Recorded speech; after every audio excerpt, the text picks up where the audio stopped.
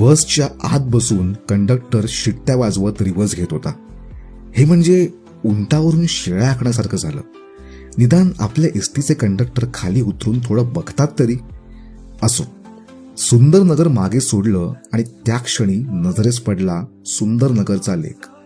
बाहेर कडाक्याची थंडी होती आणि लेकवर दाट धुक्याची चादर पसरली होती.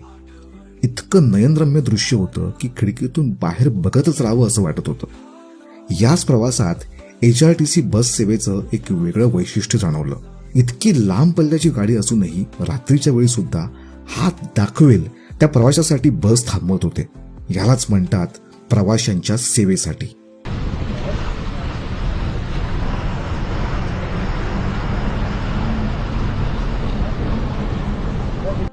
थोड्याच वेळात आम्ही मंडीला पोहोचलो.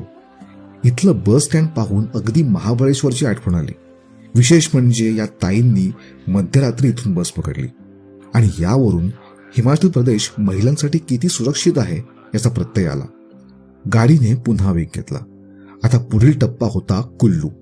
मध्यरात्रीच्या शांततेत आणि गारठलेल्या वातावरणात आमची बस सुसाट निघाली होती. मंडीच्या पुढे मात्र थोडासा प्रवास संथ झाला. भूस्खलन झाल्यामुळे रस्ता साफ करण्याचं काम सुरू होतं. त्यामुळे काही वेळ गमवावा लागला.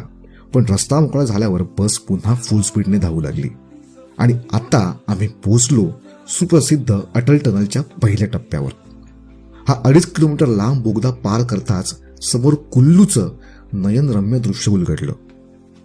आजूबाजूच्या डोंगरांवरील घरांचे दिवे आकाशात चमकणाऱ्या तारकांसारखे वाटत होते. कुल्लूला काही प्रवासी उतरले आणि बस लगेच पुढे निघाली.